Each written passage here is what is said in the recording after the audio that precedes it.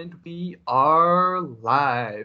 Okay, guys, this is Fight Commentary Breakdowns. I have your very special guest, Travis. Travis has been on our channel before when we were looking at viewer submissions, viewer fights. He was the guy who decided to take part in this really cool kind of like Muay Thai event, kickboxing event, and he just outboxed the dude. It was pretty cool. Travis now, he's in software, but he kind of still trains sometimes in martial arts, so it's really cool. I guess in a way I relate a lot to Travis because martial arts isn't my whole thing, but I love martial arts. So anyways, Travis, welcome to the channel. Hey, how's it going? Yeah, so tell me about life right now. I assume, since you work in software, you could probably work from home, but the training probably is a little bit delayed now, right? Yeah, all the gyms are closed. I go to LA Fitness. I go to a rock climbing gym in the area, and that's all shut down. I got one really good 3-hour climb in before they closed it the next day. So that was pretty. I'm glad I had an energy drink before that and really went to exhaustion and had a good time. But then they closed it the next day. Yeah.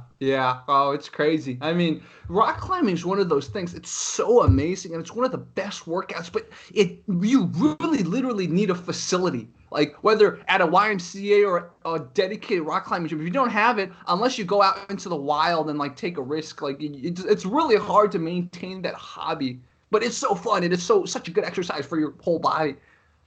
Yeah, it's definitely taught me a lot of ways to control my balance and stuff because it was there's this guy showing me this isn't a strength one, but you gotta get your body right. And it took me 5 attempts to even get halfway, and I didn't even finish it. Yeah. I'm still pretty new to it. I feel like it's so good for the alignment and just thinking about kind of your stabilizer muscles and joints and stuff like that. So it's a great workout just for your whole body to improve its function. Yeah, it's pretty crazy. And you learn how to fall. I've fallen off some 15 feet high boulders. Oh yeah. But they got real thick padding at the bottom. It's nice. Exactly. And you really learn the importance of not sticking an arm out and not, if you're gonna fall and you're just cushion it, right? So if you're gonna fall and not break, fall, or roll, make sure your knees are kind of bent. Don't pop the knee and stuff like that. Yeah, only one time have I fallen and I didn't expect me to fall. Mm-hmm. There's been times where I got to the end and I couldn't make the move, and I was like, okay, how do I do this without screwing up? Yeah, exactly. One time I just slipped right off and there was a loud smack. That was pretty good. Yeah.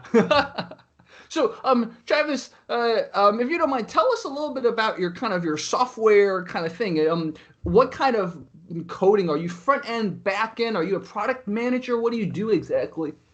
I am a software developer. I've been transferred to a systems department in my company, but I'm just going to be writing code and testing it and maybe expanding my roles here soon. But a lot of writing of code. Actually, it's kind of a lie. It's 20% of the day is writing code. The other 80% is figuring out what you're even doing. Exactly. So there's no when I first started, they gave me all the busy work and I could just listen to music or podcasts and just be in the corner and not even talk to anybody. But now it's I'll talk to 30 different people in a day. Wow. Just trying to figure out what we're doing. Exactly. I have another friend, he's in IT, and he just started, he literally, when this apocalypse happened, he started a new company. So he's like, yeah, I mean, I've virtually met some of my coworkers and the management, but I've not actually met them in person or gone in for an official orientation yet. Yeah, our office and factory is still open. And it was for a while. My county declared shelter in place, so it's pretty restricted right now. Makes sense. Wow. But yeah, I think I'm classified as essential by some executive order type thing. Makes sense. Yeah, I mean, with automation, we need the software people. We need anyone that understands computers. And it's crazy. Totally going on a tangent, not talk about martial arts, but as automation hits, the people who understand software and computers will, of course, be needed. And then, in a very weird way, we'll need even more entertainment, because I think one of the last things that machines will be able to replace humans is real, genuine human-to-human entertainment. So it's the entertainment sector might actually get bigger with automation, because more and more people are going to seek that kind of human-to-human thing. And machines, I think it's going to take them at least 100 years before they can completely replicate what humans can do to each other to entertain. Yeah, there's two ways of thinking: is creative and critical. And machines can't do creative, but they do critical very well. Yeah. Yeah. So exactly. get the semi-creative people to create good critical skills. I don't know. I'm not that good. Exactly. So Travis, I am gonna ask you about that boxing match that's been on our channel. For those of you who haven't seen it, I will link it and I'll link our analysis. The thing about his original video, and I did it on purpose, I wanted people to go watch the original videos. It was longer, there's a lot more. So you guys should watch that in addition to our analysis. But Travis, tell everyone who hasn't kind of read your comments or like seen the video, how did you get into this kind of fundraiser boxing match that seemed to be, it was like a frat thing kind of thing at a college, but you weren't at the college at the time, I think. So like, how did that happen?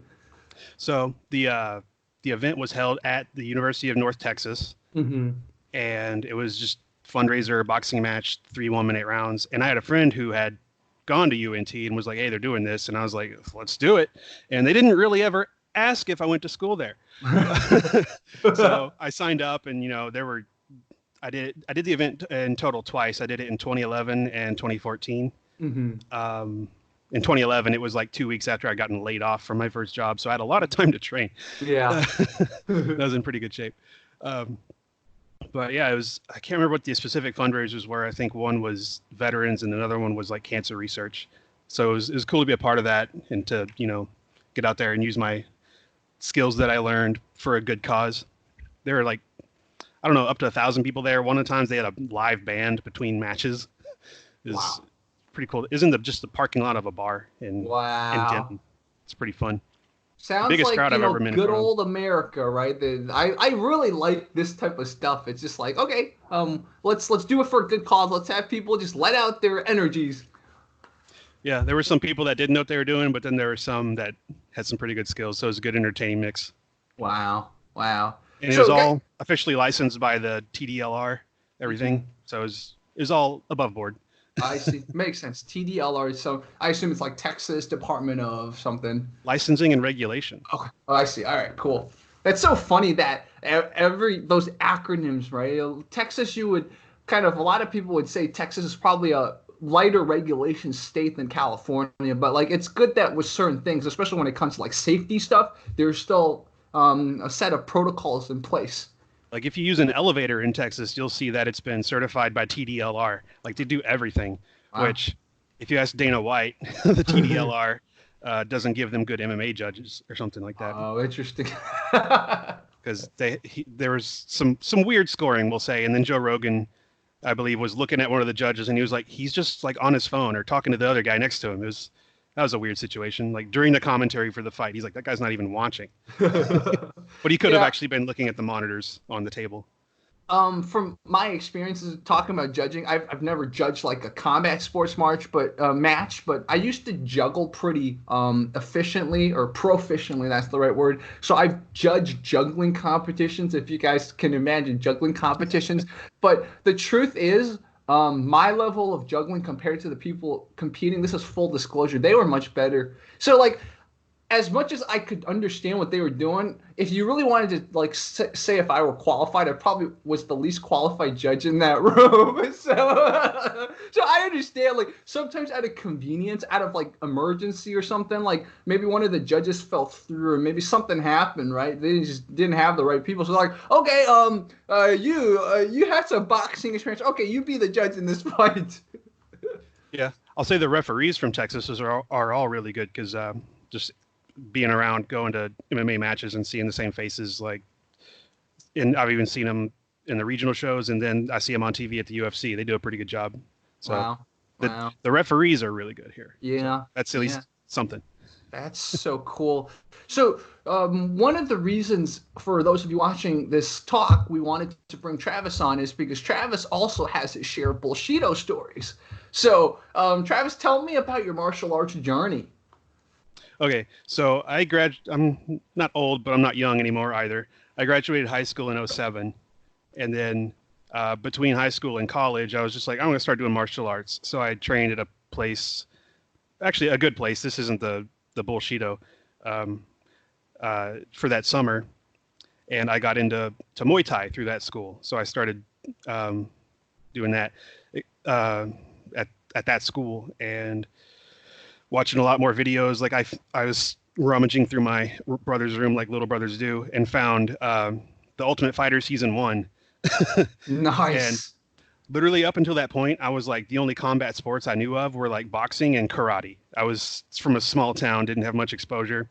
So I was like boxing and karate. And then I'm like, oh, these guys are fighters. What do they do? And I'm like, what are they doing on the ground? You know, and started learning more and more about that.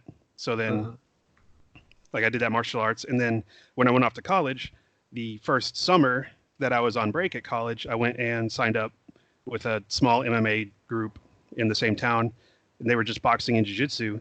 Pretty much that was their skills. So learned a little bit there. And then a pretty good MMA gym opened up that was initially affiliated with Team Noguera. Wow. So I went there for like 18 months, did a couple matches, but then I was hitting my senior year of college and I was like, well, I know I like Muay Thai, but I want to try something else, see what happens. Mm-hmm. So I go on the other side of town and there's this Kung Fu school called Wujido. And they sold me up on it. The guy was slick silver tongue, like, and I'm a dumb, naive kid. And I'm just like, oh man, this sounds awesome. And they're giving me the whole pitch and just talked me into signing up. And like, I looked in on their class for like 10 seconds. Didn't even get didn't even do a sample class. So then like, just as a curiosity, I looked them up online and there's like Yelp reviews and all kinds of stuff, people talking bad about this place. And I'm like, oh no, what did I just sign up for? And it was amazing. Like, so the number one thing I want to get out there to anyone who's going to sign up for any discipline is Google that place first. Yeah.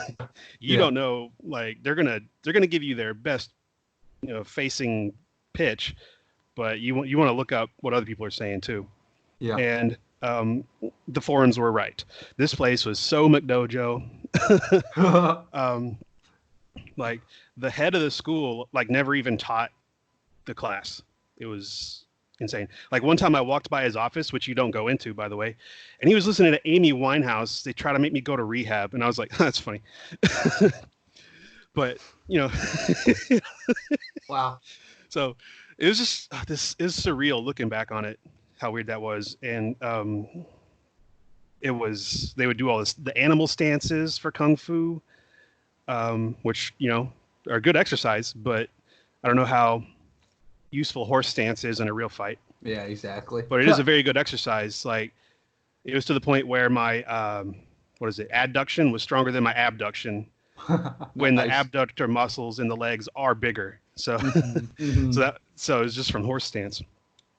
The weird thing about, as I'm looking at the website you gave me, is they called it Wujido, which is so interesting. Like anyone who knows a bit about Chinese or whatever, it's like, what exactly? It felt like, you know how when some people get tattoos and they get random Chinese characters that don't match together? It sounds like Wujido is one of these, like, he put two things.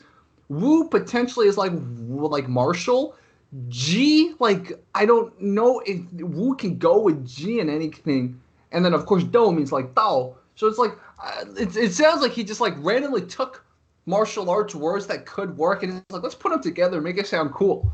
No, Jerry, you don't understand. He has a PhD in martial arts. Oh, I see. Yeah. It's the PhD that gave him this ability to combine random terms. And he's in the Texas Martial Arts Hall of Fame. Wow. There's a picture. No, there's so much stuff that in hindsight is just like, dude, what are you doing? Like I would slap that kid if I saw him. If I saw myself doing that, I'd slap him at this point. It's so interesting. Like I'm looking at, he has a PhD in MMA. Or one of the people here says they have a PhD in MMA. Master of Martial Arts, I think is what it was called. Wow. It's all just kind of bogus. Yeah. I should have looked this up. I'm eating my crow for signing up for this junk. And there's like the stances, there were wrist locks. Those were cool. Mm-hmm. You didn't see me roll my eyes. It was like, if they grab you crossways, you do this. And I'm like, the dude has the other hand, you could slap me. Like, yeah, exactly. And it was to the point where it's like, I could beat these black belts if it actually came down to it. Because when they did spar in the however many classes I went to, there was actually no sparring. But when they did spar, it was no head strikes, and no equipment except for like your gi. But it was like the white belts had to stop like 2 inches from hitting, and then yellow belts could actually contact with light touch, and went up and up from there. So it was like, I could just pop one of these guys in the face and they wouldn't know what happened.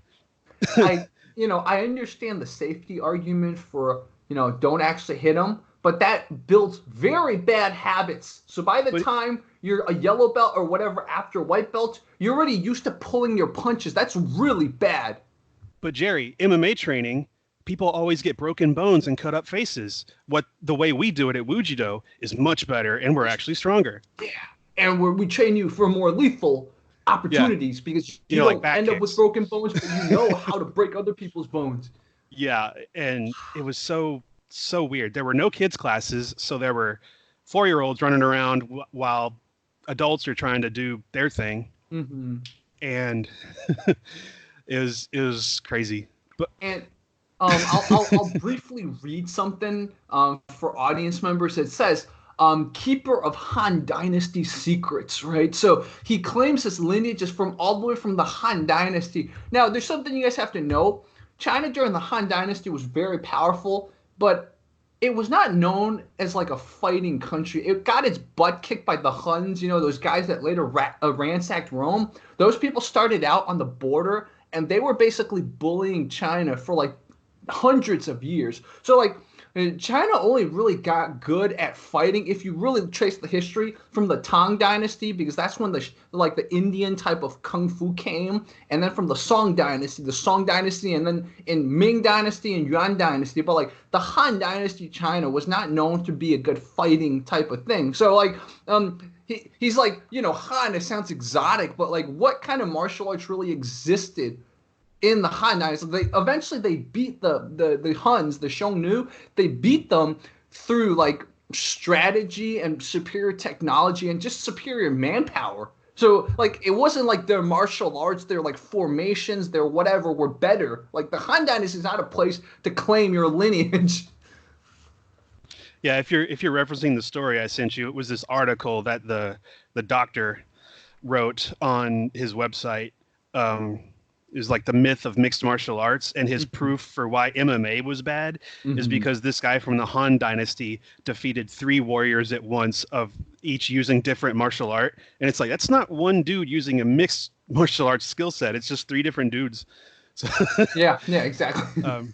But so given that attitude towards MMA, I had let it known to some of like the blue belts that pretty much be our coaches there. We'd all line up as white belts and they would do our techniques with us. And go around. And this guy Mario, I had talked to him before class and said, I did Muay Thai, other stuff, what you would do at an MMA school. And we kind of just talked about it, like not trying to say one was better than the other. Yeah. But then I go in and I'm in ready stance, which looks like the combat stance from CrossFit self-defense video. Y'all can look that up. And I'm doing their thing, trying to learn their art. And he comes over and throws a punch at me. Like he stops, like, let's say my left hand's out in front. He throws a right punch over that. So what I do is I chamber and do the exact block that they've taught me in that class. He retracts the same hand, puts it on the inside of my arm, and says, stop doing that MMA stuff. We have counters for it. And I'm like, what?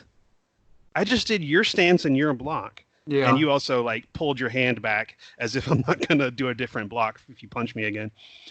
There's a lot of that sentiment just because I let it be known that I'd trained somewhere else beforehand. That's so interesting that you had the foundations, you applied the flair to your fight style, so you're doing it, and they're like, well, it doesn't look exactly like how we picture it, so you're doing it MMA. You're not doing it our Wujido. Yeah, that was kind of the attitude. And then there would be like, let's say there's 2 blue belts. If there were, then you're not learning at all, because they'd go down the line, they'd examine your stance, and let's say my hand's in one spot, blue belt A comes by and moves it up 2 inches and says, put it there. And then I don't move. The next guy comes by and moves it to the left 2 inches and says, put it there. And I'm like, well, where do I go? You both changed it. I didn't move in like 2 seconds. That is really poor teaching. And for those of you who run martial arts schools, whether boxing, MMA, or traditional martial arts, take this lesson from Travis, man. Make sure you instructors, teachers consult a little. Be like, okay, let's make sure we teach them, where do you put your hands, right? I even have that problem sometimes. Some boxing coaches will tell you to put your, hands like this, right? You have your gloves, so put the tip of your gloves up here, so it's like more at the temple. Some of them have it like more at the chin area. So every coach is like, they're like, I'm that's not calling out any martial art. It just a lot of times coaches, they don't teach things exactly the same, and then you're just like, okay, it's good to learn different things, but if it's to the detriment of someone, then it's not good to learn different things. Yeah, so that's kind of my story about going to that school, and then just pretty much trying to get out of there on their good side, so that they would cut my contract early, because I was going to graduate from school, and I think there's something in the contract like, oh, if we kick you out, we don't have to stop your contract. I'm like, ooh, better play nice. So I never like crap talked them to their face. I was just like, okay, bite my tongue a little.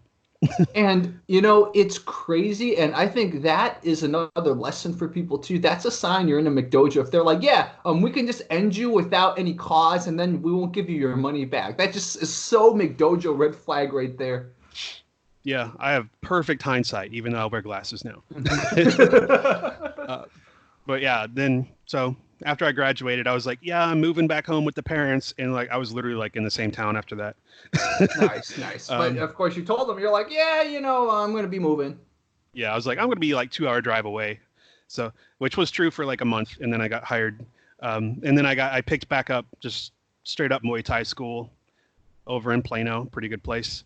Had a couple matches, just having a good time. Wow, that's amazing. Besides all the weird, janky training stuff, did like any of the students ever want to like spar you or want to like learn about your Muay Thai experience, like let's say outside of class or even in class or anything like that? No, it was pretty much if it was in the dojo or whatever, I just kept it to that, because I was like, I don't want to do it like stir up anything. Yeah, it makes sense. I don't know. I was there to learn their thing. I didn't really want to try to intrude with, well, here's how I do it. Yeah, like, I was being respectful at least, and they did teach respect. Like it was anyone with a higher belt. Like you'd have to say sir and everything, and if you didn't say sir, that was like 10 push-ups. It was interesting because I'd never had a class like that. Like MMA school is like, okay, let's go. Yeah, we're cool. You're my friend. I'm your friend. I'm the teacher, but we're cool. Yeah. Stuff like that, but it was interesting to be in that kind of structure just to experience it. Yeah. And I won't say I didn't learn nothing, but what I did learn was not worth the cost. Yeah, makes sense. They had the male punch and the female punch, and then the standing punch. It was basically like, where's your thumb when you punch? And it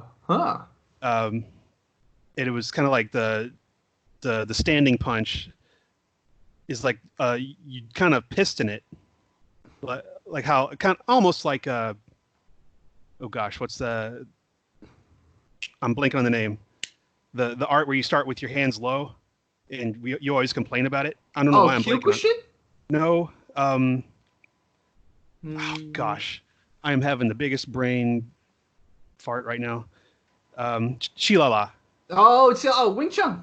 Wing Chun, yeah. So it was kind of like the Wing Chun, kind of you piston the punch a little bit. Like you start like that kind of thing.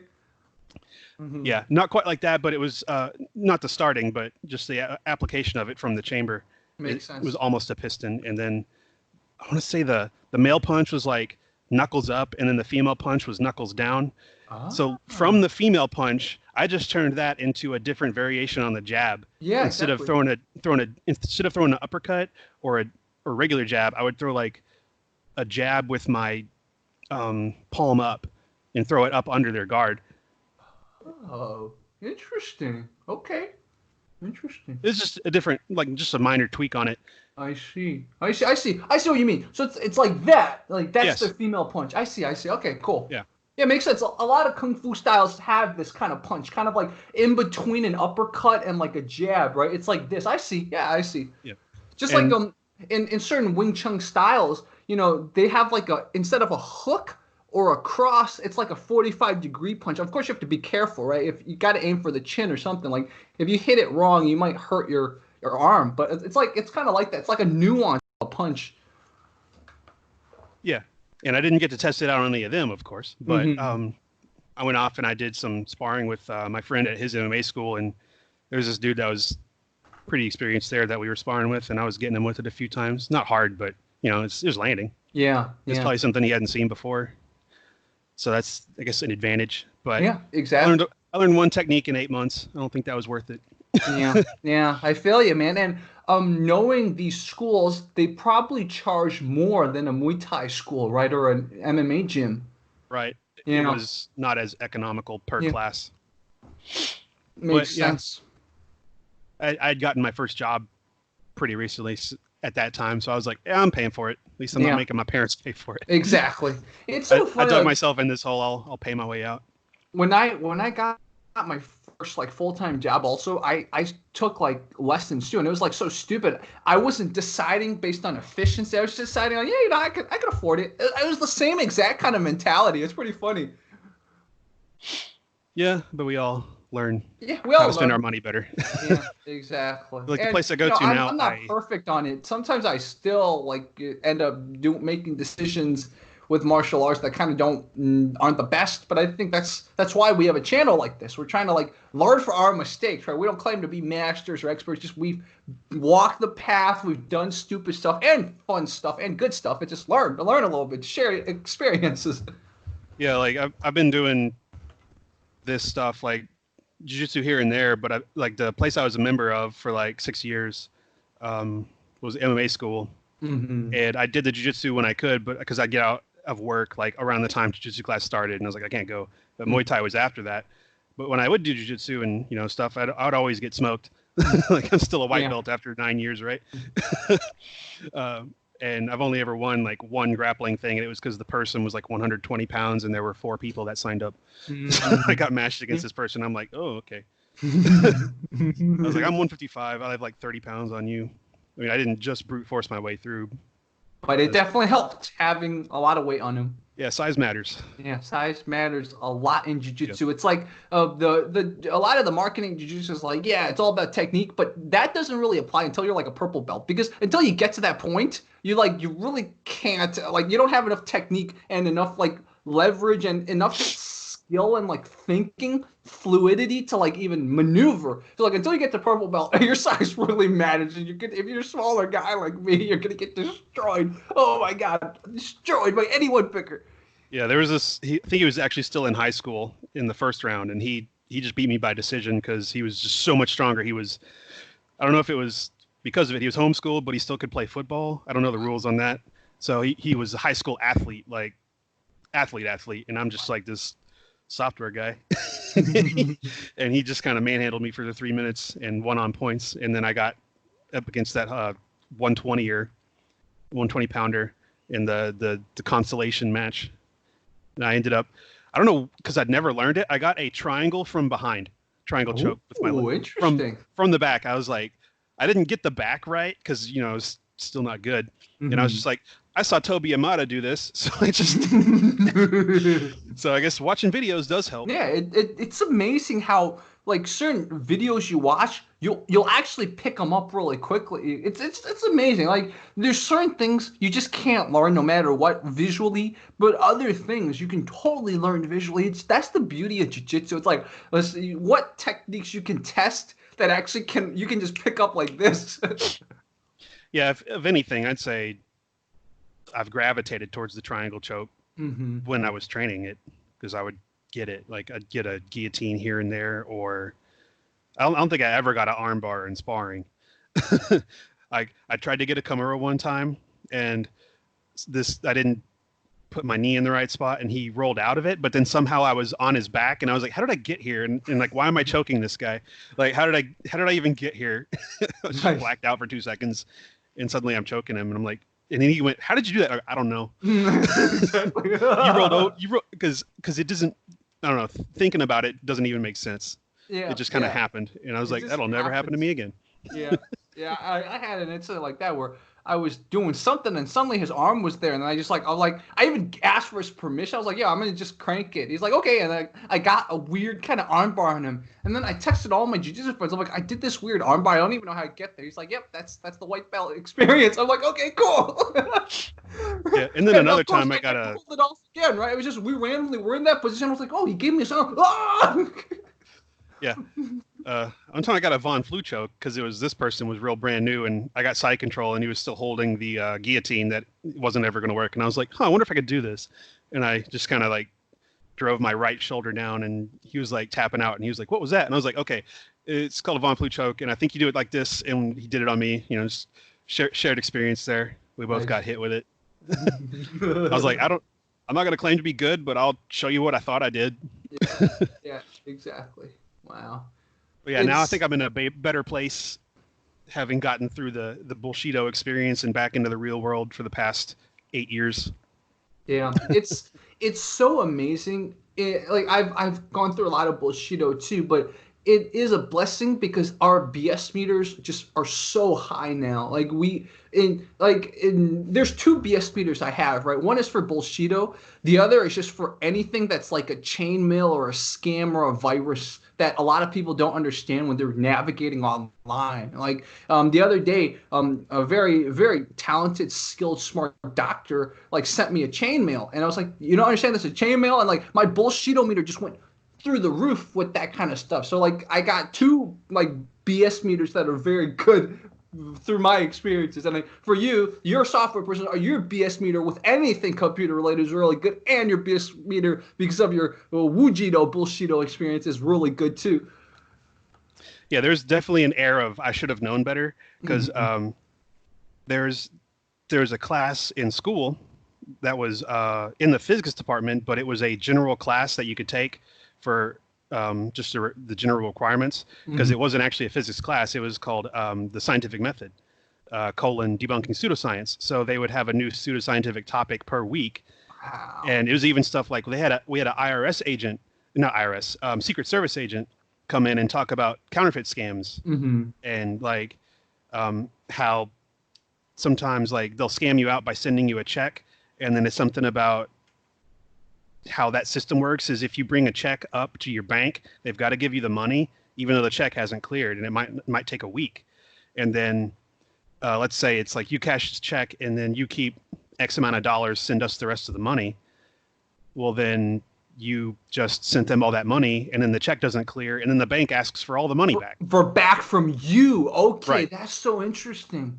So then you just gave away money through. Yeah, you gave away money, and now the bank's asking you, and what if you you gave away a lot of money, then you can't even give it back to the bank, and the bank's probably going to go after you. Wow. Right.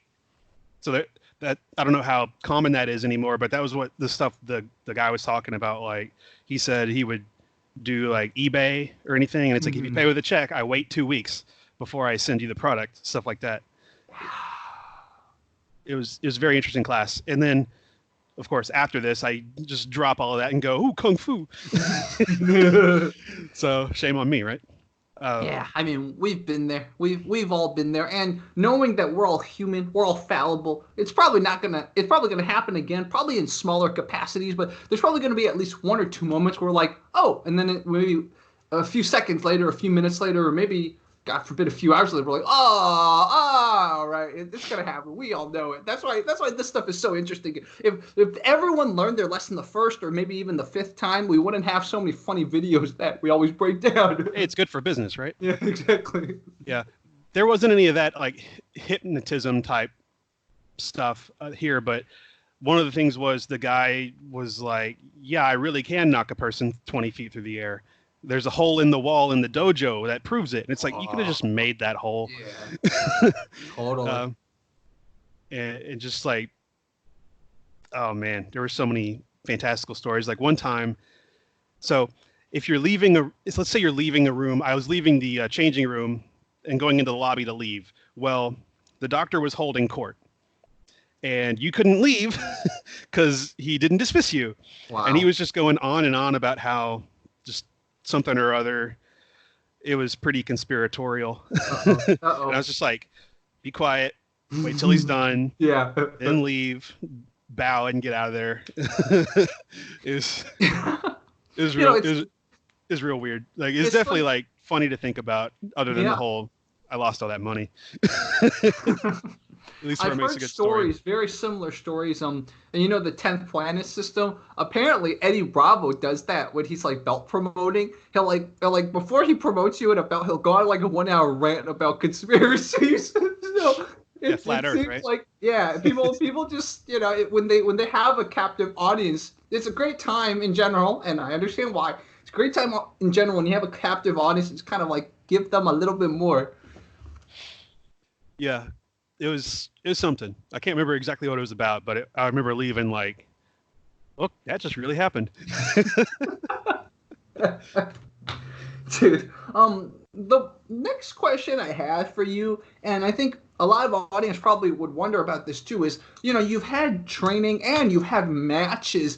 How do you balance that with your software career? Because you need your brain just like I need my brain. Do you ever feel like, I should hold back a little bit on this because, my brain power needs to be at full potential? Or is it like occasionally just getting your head knocked a little bit is actually good for the brain because it keeps it very limber. It keeps the brain connections kind of rewiring and new neurons growing.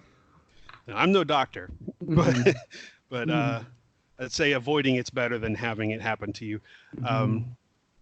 Over the past 6 years, I haven't had a match. Like the boxing match from the channel was 2014, and that was the last competition I've done. Like I'd done sparring and stuff, but not even like hard sparring. And there's this guy. He was even in Bellator.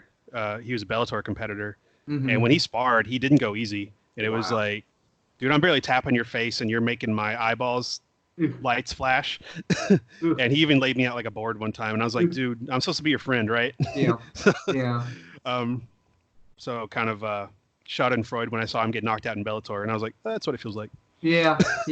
It's I don't I've had like he's not a bad person. Like he just trains poorly. Yeah, exactly. It really is that. Like my neck got hurt a little because a guy who was in I don't remember which promotion, but it was the same. He like was just going so hard at me. I told him, I'm like, dude, this is not my profession. I'm just a guy who likes martial arts, and he hurt my neck. But like then exactly like you said, he lost his next fight like a month later. I was like, okay, I'm not gonna hate on him. He learned his lesson too. And so it's just like. But like you said, sometimes the quality of your partner is so important, and for everyone watching, really communicate. If the guy's going hard, there's no shame to be like, okay, I'm going to stop this. Sorry, I can't do this. I have a career outside of this. Well, the one problem I had is, let's say the first 2 or 3 times I spar with him, he dropped me or put me on a knee or something. Like I wasn't out, but when he did drop me like a board, I wasn't unconscious, but it was just like kind of the quick shut off, and then it was like if I was in a fight, I would have been able to like try to scramble, and maybe he would have beat me with a clear head. But thankfully he stopped because it was just stand up, right? So then, like, let's say the next time I was actually sparring with him was in a class where it's always like the play sparring, like the Thai boxing class. And you're not supposed to go hard, but the first 2 things is he 1-2s me on the forehead, and then it goes flash, flash. And I'm like, okay, if I've learned my lesson from the last few times, if I don't give it back, he's just gonna keep going. And I'm not gonna be like, if I'm not scaring him back, he's just gonna hit me hard again. Some people are like that. It's just crazy. Like the more you don't resist them, the more they're gonna take it as an opportunity. I guess in life, those people usually, or like in school. Hopefully in life they're not like this, but in school those people usually are the bullies. It's like you give them some resistance, they'll shut up or stop. But you don't give them resistance. Here's what happened. Is I gave it back to him. Like 2 or 3 pretty hard rights to the head, and not like attempting to knock out, but putting some muscle behind it. And he's like, yeah, dude, every time you hit me hard, I'm just gonna hit you hard in the body. I'm like, I'm hitting too hard? Really? You've literally laid me down like a ladder that fell off a roof. Like wow. Like a board. And you're giving me lip right now, and I'm just like, dude, no. So I don't know. I know he's still at the school, but like I just don't interact with him. I think I even blocked him on Facebook. Good. It's crazy, man. It's like dude, you're an okay dude. Like outside of or off the mat, you're an okay dude, but on there, I just do not gel with you at all. Yeah. And for those of you watching, I'm so glad Travis shared the story because you want longevity, right, when you do martial arts. So if you have kind of a weird or unprofessional or just bad training partner, it's okay for your ego. Okay, just don't train with them anymore. Don't do it because don't make up an excuse to keep training with them. Protect yourself. Yeah, that's right. Because he's a literal professional fighter, and I'm just a guy that has never been paid to do this. I've only ever lost money training, and like I really only have like 5 or 6 competitions if you include grappling. Like, and he does all that stuff and gets paid to do it, and it's like you got to know your situation. Like if you're training, like they have like a 5 p.m. class on one day where it's like throw on headgear, go for it. Wow. Like, but it's like if you're not in that class, you shouldn't be looking to have anyone's brain light up like that. Yeah, exactly. Wow. Like it's like the same type of lights you see in your vision. Like if you wreck your car, I don't recommend it, but you see a bright light from that concussion impact. Yeah. I've seen it a few times, but not from fighting, like just random stuff in my childhood. Just I know that light feeling. Wow. It's crazy, man.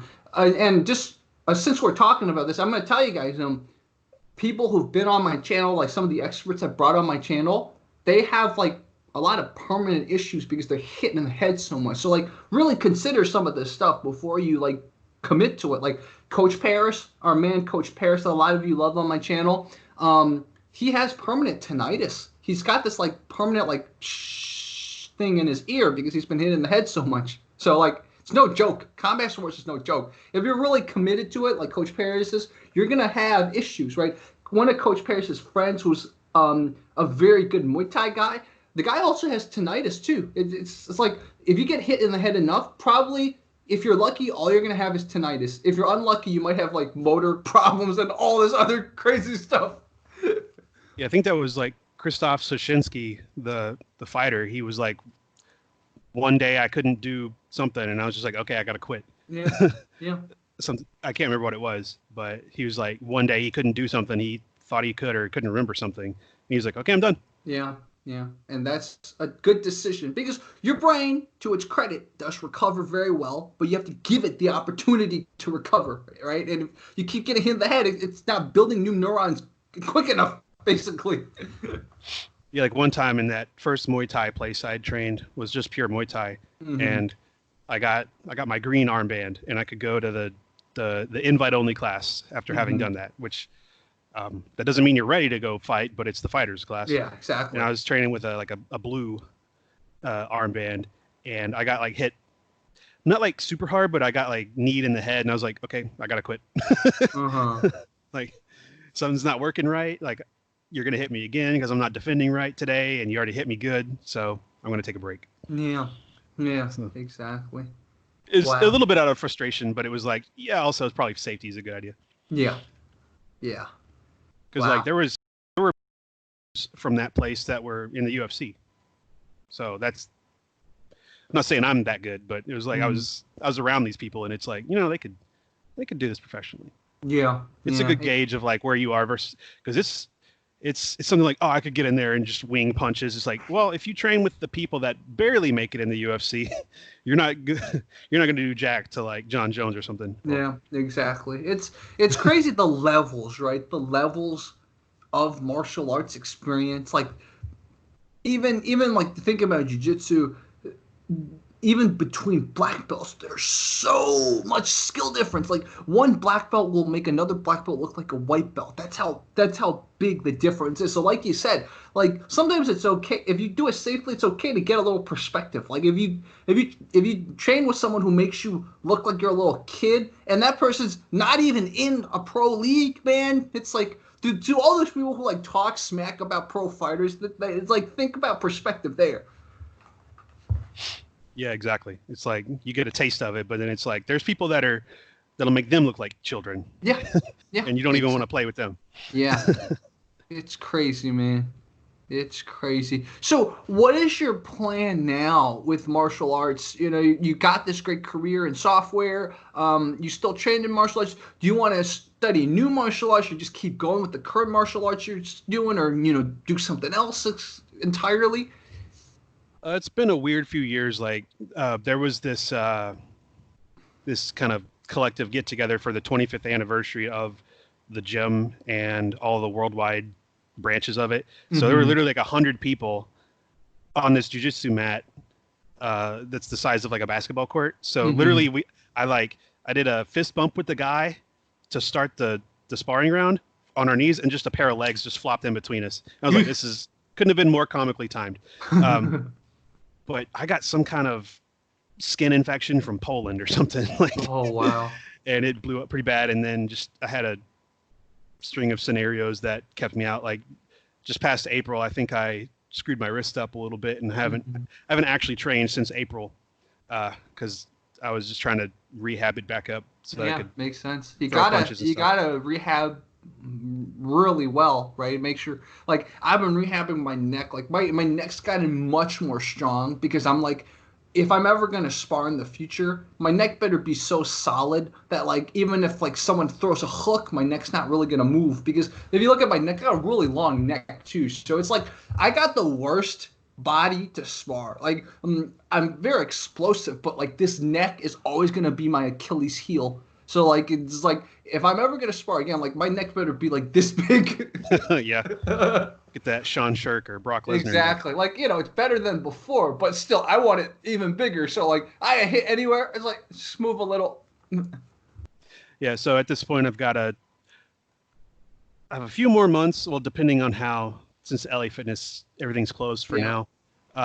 I've gone with this personal trainer. He's 51, but has like 8% body fat. So I figure he knows a couple things. Yeah. So we're making sure I'm doing all these exercises right and definitely got my body on the right track. Once that contract ends, I'll have a lot of money freed up to be able to sign back up for martial arts. Makes sense. That's my plan. Makes sense. And it'll probably be at that same place because real good Muay Thai there. And then it's like, if I can make it to Jiu-Jitsu, whatever, I'll just dox myself. It's called Next Generation MMA, and it's taught by Chris Brennan, who fought in Pride and early UFC days. He fought Pat Miletich. He's really cool dude, but he's one of those guys that's like, he's not a loudmouth because he doesn't have to prove anything. But if you get on the mat with him, there have been people that have gone in and tried to dojo storm, and that ends super funnily. Oh, yeah. But then like a year later on Facebook, he was like, hey, you might not remember me, but I was this guy that tried to come in and talk smack about you, and then you humbled me, and it changed my life. Yeah. I was like, that's actually pretty cool. He learned from his experience because Chris did not go easy on him. Wow. Dude, I'll tell you a very funny story very quickly when it comes to dojo storming. So I didn't intend on doing this, but remember those set of videos, if you've been following my channel, back when Coach Paris appeared a lot, and when we filmed those bunch of videos when Coach Paris was rolling with like lower belts. I don't know if you remember those videos, but so remember how I used to film at Wong BJJ?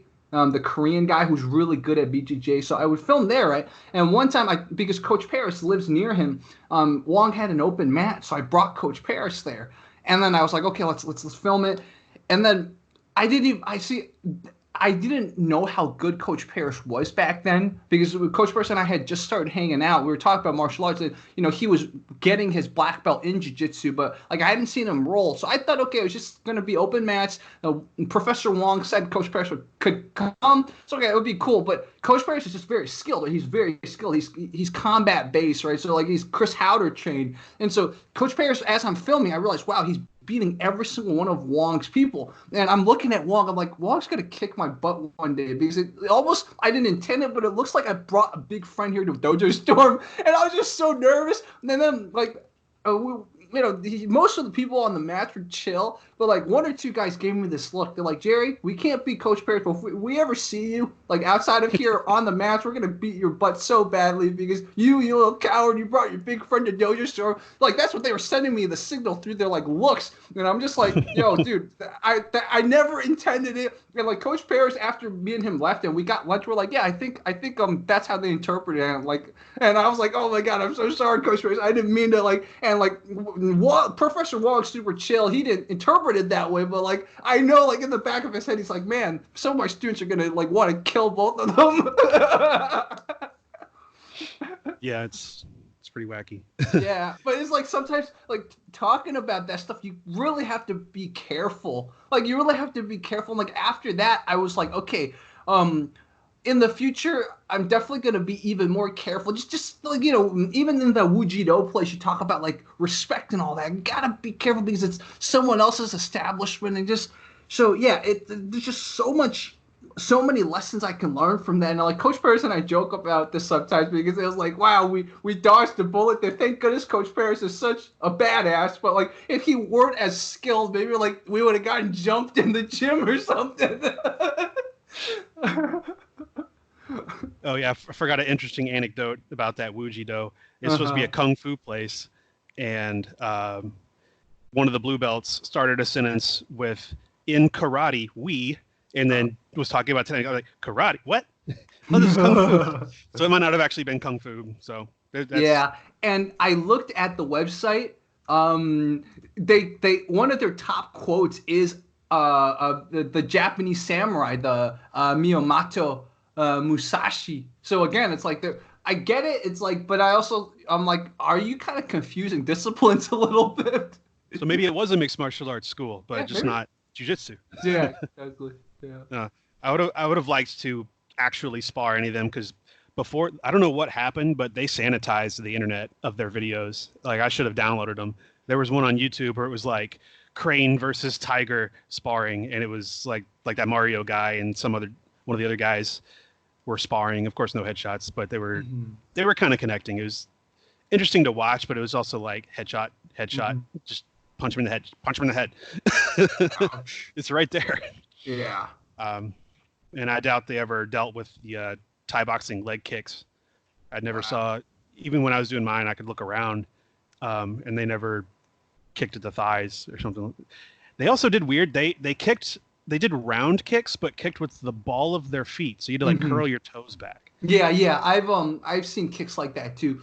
In certain styles of karate and certain styles of kung fu, and I know in Savate they do that too. So yeah, especially if you're more Muay Thai trained or something, or just kickboxing trained, that type of kick where, like you said, you use the ball of your feet definitely feels a little weird. Like you got to be careful. It's got to land in like the right spot in the body because you might hurt yourself if it lands like bone to bone or something like that. Yeah, watch out for those pinky toes. Yeah, exactly. And even the big toe is not very strong either. No, it probably only takes a few pounds in the wrong direction to snap that right off.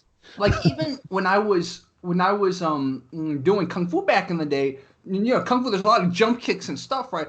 I don't think I was dislocating my toe, but I was really messing up the tendons or something just because I would like take off wrong. So like there was like a month where after every kung fu lesson, I'd be at home using like Chinese herbal medication on my big toe because just like something would get messed up, and then eventually I would tape my toe. But like you said, you got to be very careful with that any of your toes in general. Okay, so thinking about that actually made me realize I learned two things from Wujido. So I'm doubling my efficiency tonight.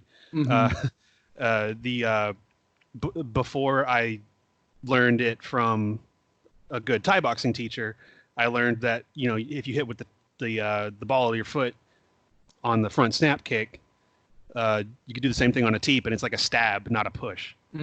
So instead of trying to think of like pushing this person away, I'm trying to stab them in the gut with the bottom of my foot. So that was okay. So I did learn two things there. I guess sense. I can justify all that money now. Exactly. Well, no, yeah, it's like you're trying to stab them with that, and I guess I kind of also got it from watching Cowboy Cerrone do that. Oh, his front kick was like a stabbing teep. And they call it a push kick, but if you think about pushing, you're not going to hurt anybody, or if they're bigger than you, you're going to push yourself backwards. Yeah, exactly. I'm supposed to interview a guy soon, so I'm just telling him I'm pushing it back half an hour, so that way we can like finish this up without being rushed. Okay. Yeah. No, but so I mean it's really cool. I think talking to you, it's really cool the different like martial arts experiences you've had, and this is why I want to bring on more audience members to talk, because before when you sent us that clip, it's like, okay, well, you've done some Muay Thai, but we didn't know that you had the Bullshido experience, and you also trained in Jiu-Jitsu and stuff like that. So this is exactly the type of conversation that I'm looking for, and this it's really good when you have a great little exchange of knowledge and fun, etc. Yeah, it's been good to watch your videos because it's good. It's good to see more stuff that you don't normally interact with. Yeah, Like I wouldn't have ever exactly. known about Shu if I hadn't seen your videos. Yeah, Which I guess that our man. YouTube algorithm helped me out there. Yeah, exactly. And I think a lot of the those like publications that featured our videos really helped us. So besides the YouTube algorithm, I gotta thank like South China Morning Post and Bloody Elbow and stuff like that because they really gave me a lot of shout outs. And let me check since we're talking about Shu, let me see what he's doing. Because I have him on WeChat, but he's been pretty weird on there. I think he's just been busy, and maybe he realizes I'm not just some fanboy, so he doesn't really talk to me anymore. But let me see what he's been up to. Like he's amazingly more and more unfiltered now because I understand his frustration with like the handling of the situation, in China and stuff. But he's just like his social media posts, 90% of the words are curse words. It's pretty funny. And yeah, he's calling out some other dude again.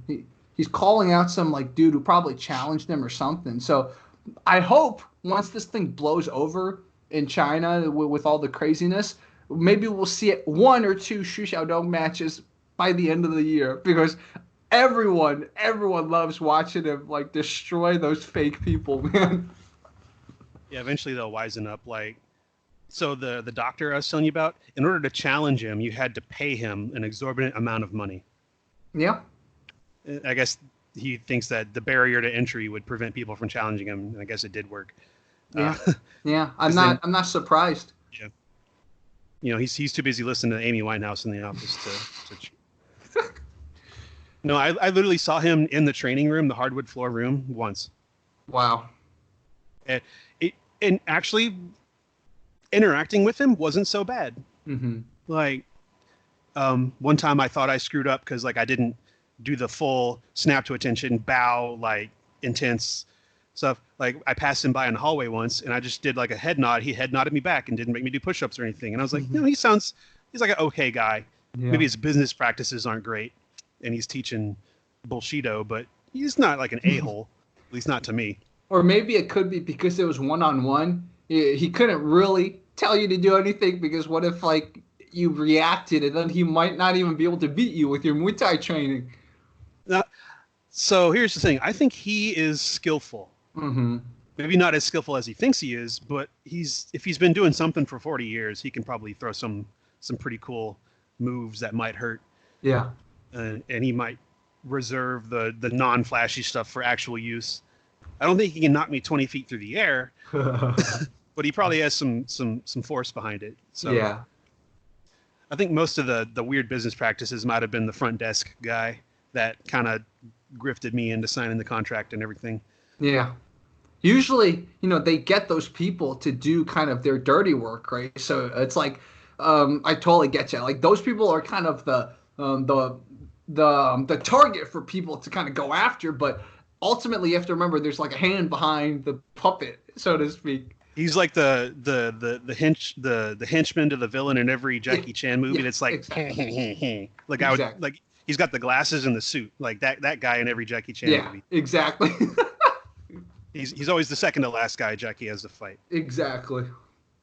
And of course, the last guy you fight is always the guy you thought was your friend, right? Or the guy you thought was on your side. Right. Or you're fighting your friend, and then the real bad guy shows up, and you team up together. Yeah, you team up, and then he beats you up first, but then you guys like find a way to groove, and then you guys beat him up. Yeah. Oh man, this is awesome, dude. If you ever come to LA after all this craziness, dude, I would love to meet you in person. Also, I want to come to Texas. A lot of the people I've been talking to, for some weird reason, they've been Texas people. So I'm glad I have a lot of Texas audience.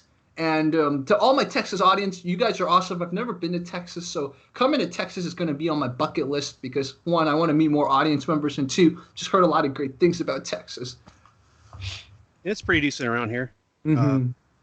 It's like I think one of the Lions Den gyms started up down here a long time ago. There's like a big history of MMA around the area. Like you can't find any like point kickboxing stuff, or like there's so few. Because I've been looking it up. I was like, well, are there any like sparring tournaments or anything? And they're like, you have to be like a member of the Karate Federation or something to do it. And then it's like prohibited gear, and it's like pretty much what MMA gyms hand out. Oh. So it's all like geared in a different way. But then there's all these amateur MMA shows, and you can probably find a Muay Thai smoker here and there because there's a few good Muay Thai places around here.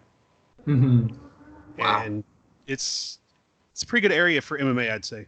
There's a lot of variation, and a lot of quality difference too, which you gotta, like I said, Google everything before you sign up.